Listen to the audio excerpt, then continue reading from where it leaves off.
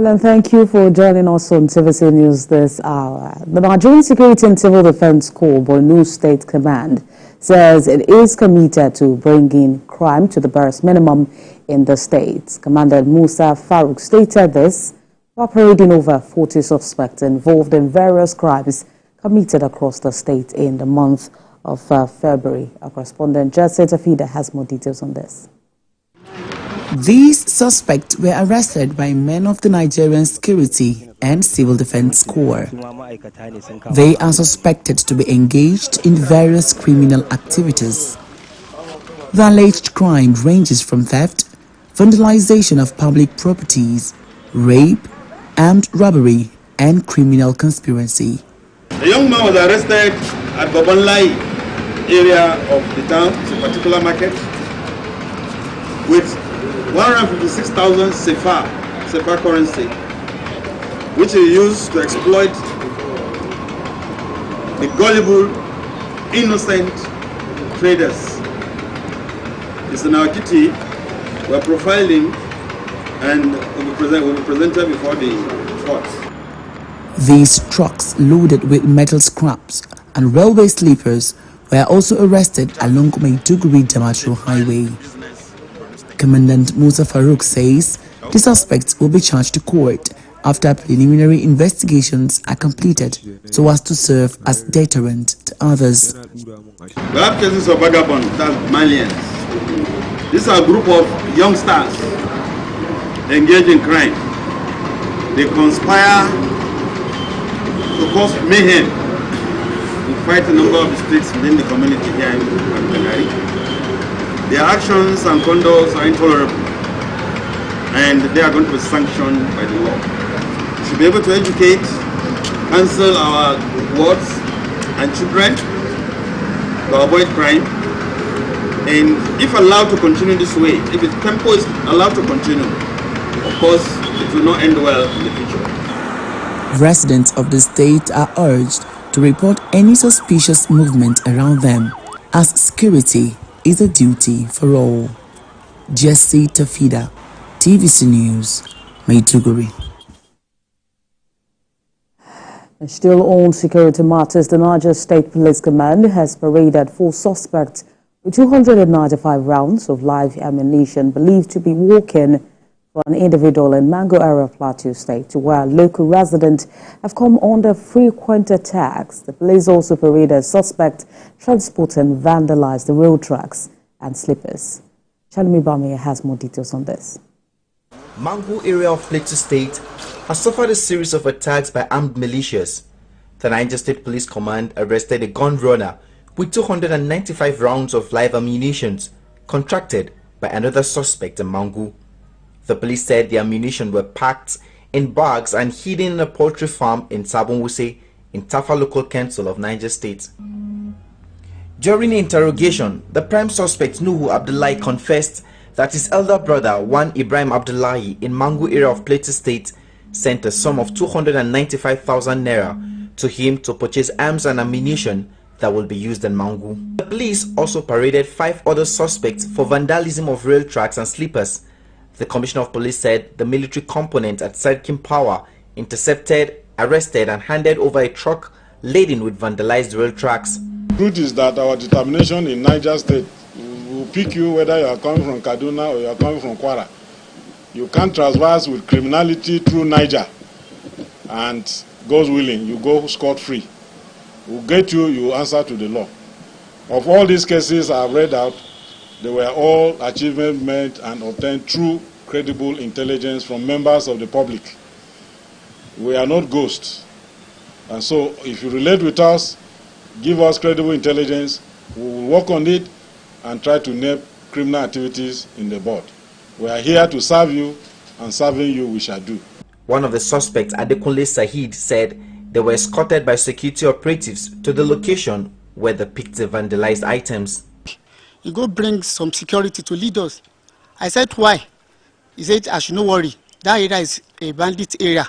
He lead us to that place with some securities and he load the truck. I don't know anything about this. Where did you load the... I don't know the place. That man come meet us at Niger Junction. Yeah, he lead us to the place. We slept over in Mina, and this man met us there. We had met him earlier in Zaria. Then we moved together. Some vigilante met us when we left Mina and led us to the place, and we met with the person that gave us the items. The police team in a separate operation also discovered a large quantity of railway tracks and sleepers in a residential building in Feridoki area, suspected to have been kept there by vandals waiting to be evacuated. Destruction of these railway tracks are a deliberate attempt to sabotage the effort of the government in providing infrastructure for the country. Chanamebamei, TVC News, Mina. Also, a photo of Operation Safe Haven in curbing insecurity in affected communities in Plateau State have continued to yield positive results. Suspected criminals believed to have terrorized local communities and suburbs of the city metropolis in recent times were arrested and paraded at the headquarters in Jos. Fudom Joshua reports.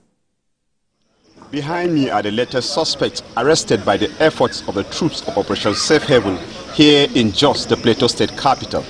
They are arrested for various crimes ranging from armed robbery, kidnapping, banditry, illegal possession of firearms. They are being paraded before journalists here at the headquarters of Operation Safe Haven. The leadership of Operation Safe Haven, saddled with the mandate to restore normalcy across conflict-ravaged communities in the state, is working hard to end the incessant attacks in the areas. This is one of the largest achievements recorded in recent times by the operatives. Several arms and ammunition in large quantities, charms, military uniforms, and tools from illegal gun manufacturing facilities were discovered.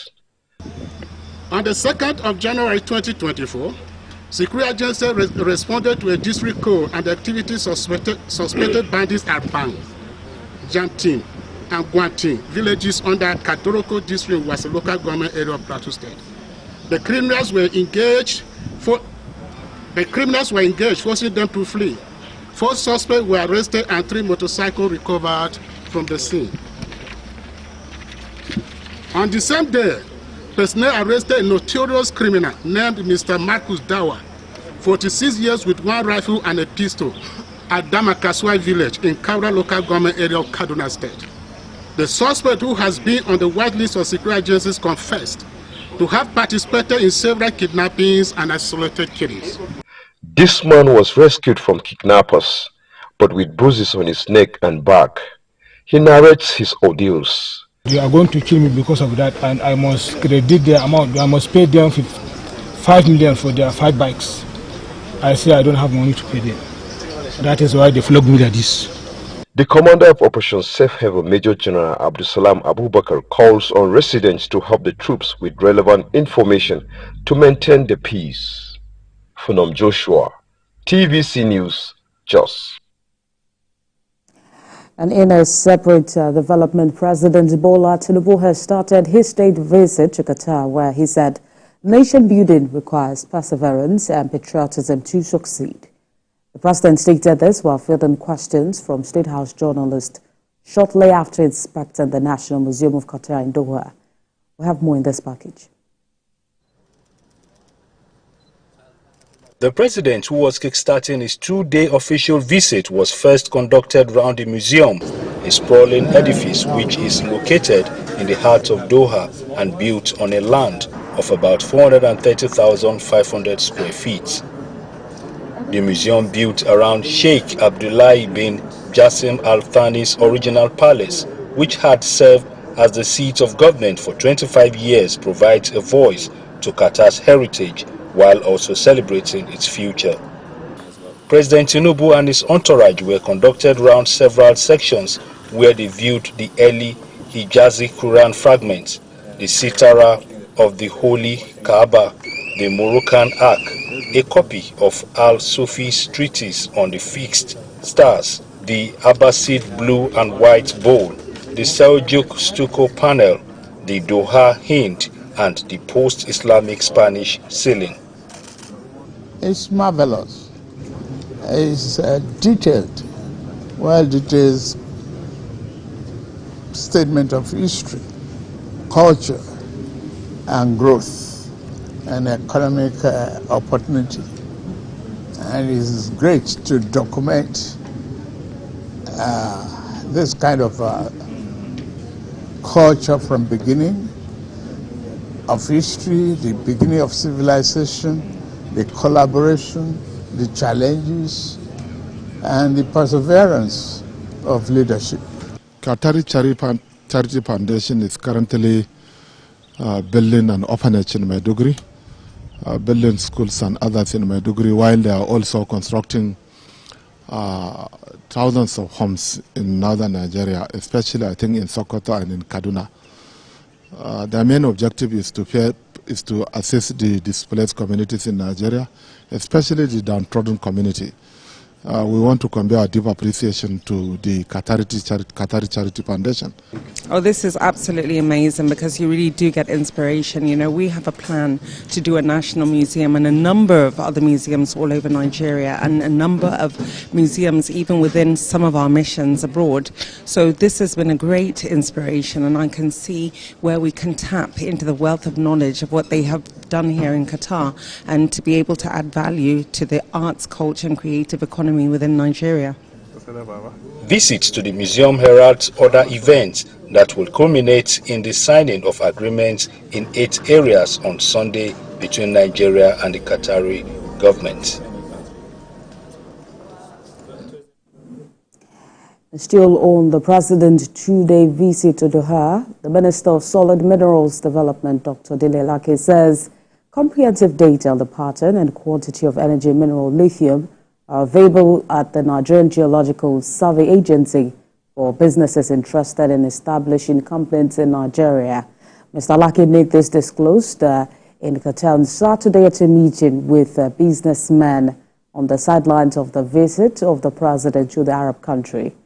Responding to inquiries on the quality of Nigerian lithium by Qatari business mogul Sheikh Shahid Jawad at the meeting held, Alake said mineral exploration initiated by the federal government has identified locations where lithium occurs in commercial quantities and in high grade. It said it showed that the quality of Nigerian lithium has been recognized by the global mining sector.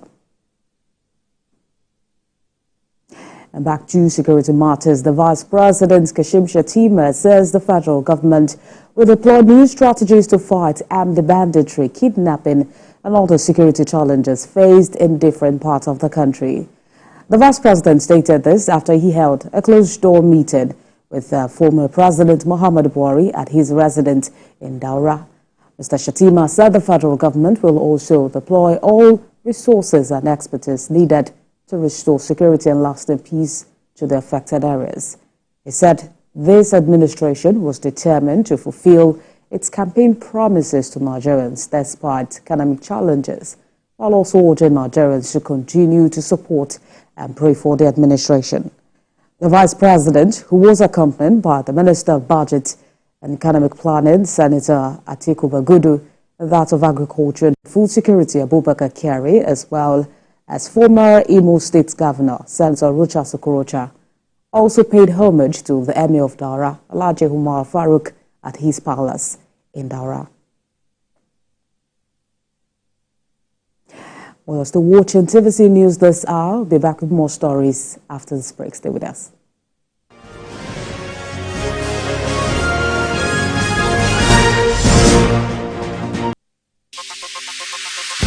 Stay ahead with the biggest news stories. Go beyond the news headlines. Experience impactful investigations. Enjoy resourceful news coverage in real time. TVC News at 7 and TVC News at 10 p.m. Live every day on this channel. TVC News. First with breaking news.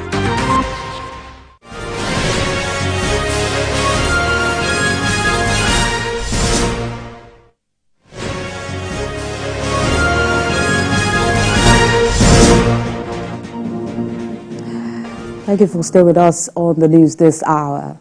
Moving on, APC chieftain and former governor of Adamawa State, Balengali, has commended the administration of Governor Madu Fintiri in the areas of education, health and infrastructure. The APC chieftain visited Governor Fintiri at the government house in Yola, and he also called of Nigerians to support President Bola Tinubu's administration. Our correspondent Wulabi Adenusi filed in this report. This is the first time former governor of Adamawa State and APC chieftain will visit the governor of Adamawa State after the governorship election, in which his party's candidate lost. Bala Ingilari campaigned for President Bola Ahmed Tinubu and Aisha Binani, but he says that since the apex court in Nigeria affirmed the electoral victory of Governor Fintiri, it is best to support him and end all political bickering. He has done wonderfully well. And for me, there is a 4-year cycle of election which has come and gone. My coming in here after so many years, absolutely, I was amazed with what I've seen here. And I've been following the track of the governor. And I'm convinced beyond doubt that any fair-minded person or persons will have to thank the governor for the wonderful things he has done. He has put on ground in terms of infrastructure, in terms of intervention in healthcare, education, and so many other things. So, on a scale of 10, I will give him 7. He called on Nigerians to support President Tinubu's reforms and transformation agenda.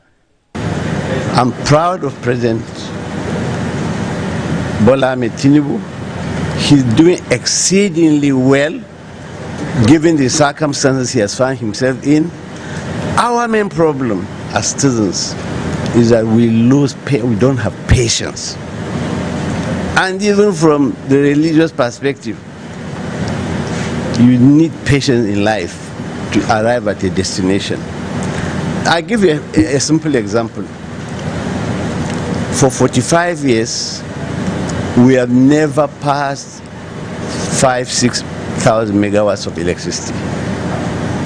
How do you expect a man who has just been in power for 7 months to change the metrics and give us power in 7 months? Something that had fallen decadent for the past 45 years.